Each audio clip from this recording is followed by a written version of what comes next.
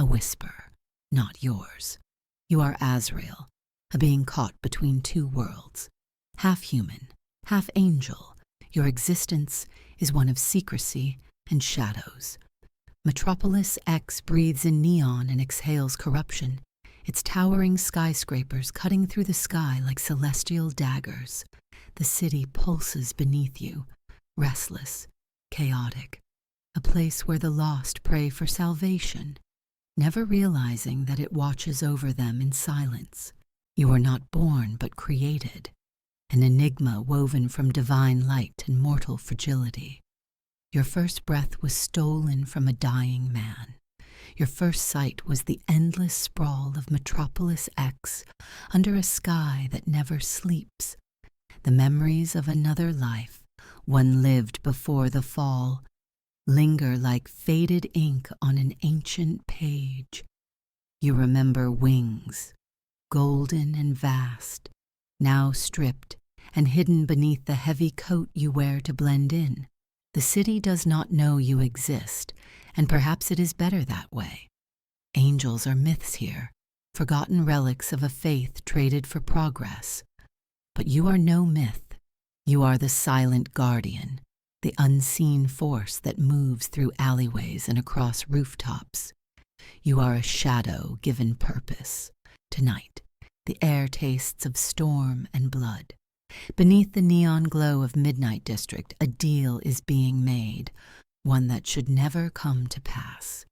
At the heart of it stands Darius Vex, a crime lord draped in power and sin, his voice as smooth as the poison he peddles. Opposite him, a desperate man, his hands trembling, eyes hollow with fear. You hear their exchange from a rooftop above, the city's wind carrying their words to you like a whispered confession. A soul is about to be sold. You move without sound, your descent seamless, the wind parting around you as if in reverence. The moment your boots touch the pavement, the streetlights flicker, an omen, a warning. Darius tenses, his guards reaching for their weapons. But you are already there, a heartbeat, a blur of motion, a glint of steel, a gasp as breath is stolen. The fight is over before it begins. The guards collapse, their weapons clattering uselessly against the pavement. Darius stares at you, his confidence fraying at the edges. He has heard of you, the phantom of Metropolis X, the ghost in the dark. He knows he cannot win. You don't belong here, he hisses, stepping back. This world isn't yours. He is right. This world was never meant for you, and yet it is the only home you have left. You step forward, the shadows shifting around you like living things. Your voice is calm, measured, a whisper that carries the weight of judgment. This world was abandoned by the heavens, but that does not mean it is yours to ruin. Darius flinches, but you do not strike him down, not tonight. The desperate man, the one who nearly sold his soul, collapses to his knees, eyes wide with something between awe and terror. You have a choice, you tell him. Make the right one. And then you are gone, swallowed by the night, leaving behind only the fading echo of wings unfurled. Metropolis X does not sleep, neither do you. For you are Azrael, the last shadow between the lost and the damned, and your war is far from over. The city has many faces, many hearts that beat in the dark. Tonight, you walk among them, passing through the labyrinth of neon alleyways and crumbling tenements that make up the Wraith Quarter. Here, the forgotten gather, runaways, exiles, and those whose sins have outpaced their redemption. It is a place of whispers, where rumors trade hands like currency. At the edge of the quarter lies the hollow chapel, a once sacred place now reduced to a crumbling ruin. It is said that ghosts walk here, echoes of prayers that were never answered. You step inside, the scent of old incense and dust thick in the air.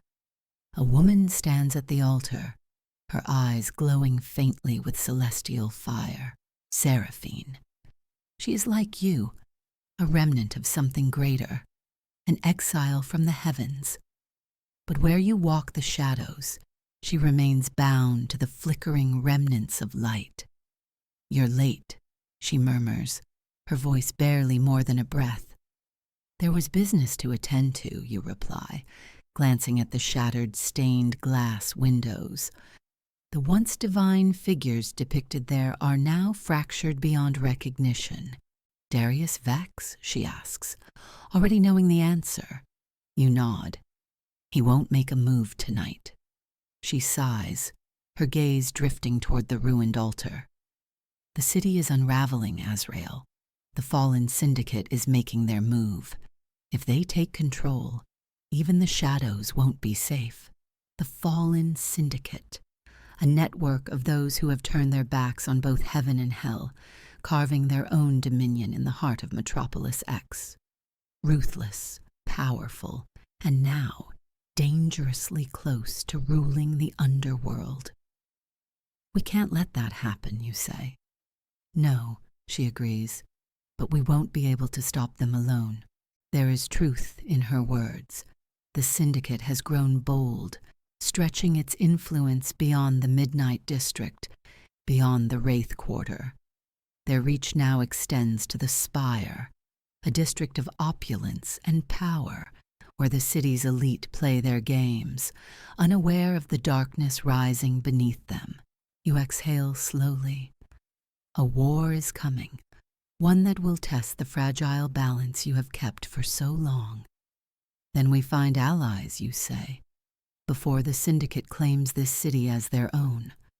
Seraphine nods, her eyes meeting yours with silent understanding.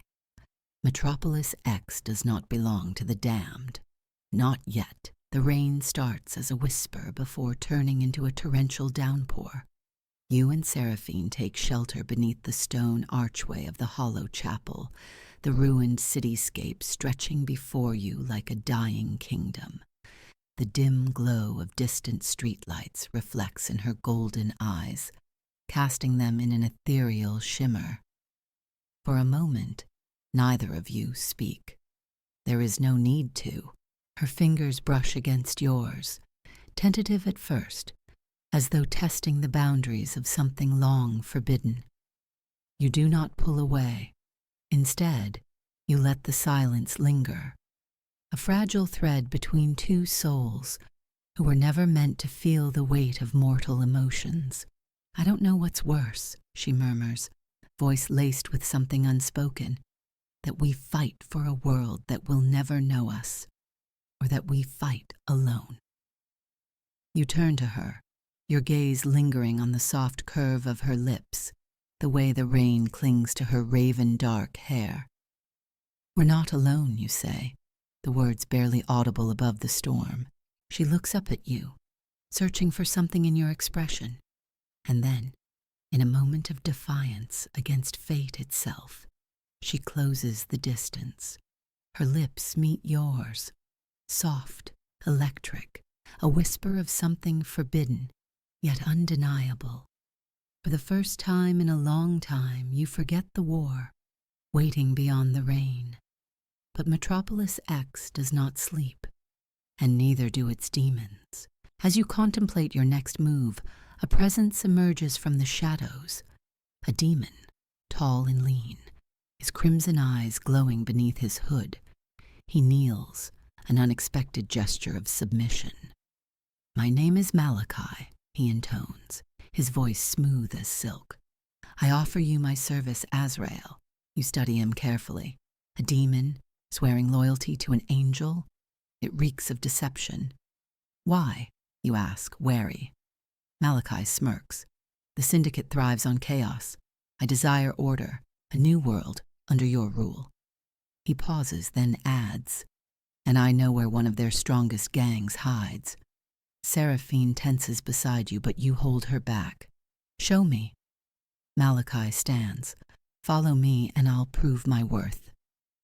The night deepens as you step into the unknown, the lines between ally and enemy blurring in the dark streets of Metropolis X.